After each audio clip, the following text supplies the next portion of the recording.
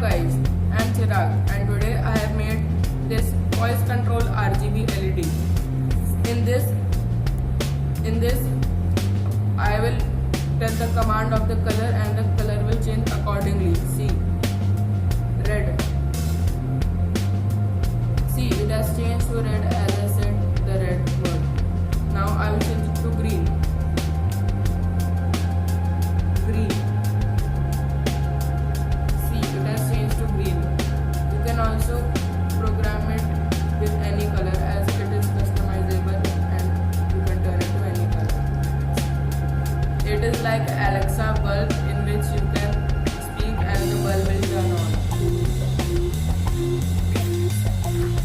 This is a DIY Alexa which you can easily make at home at a low cost.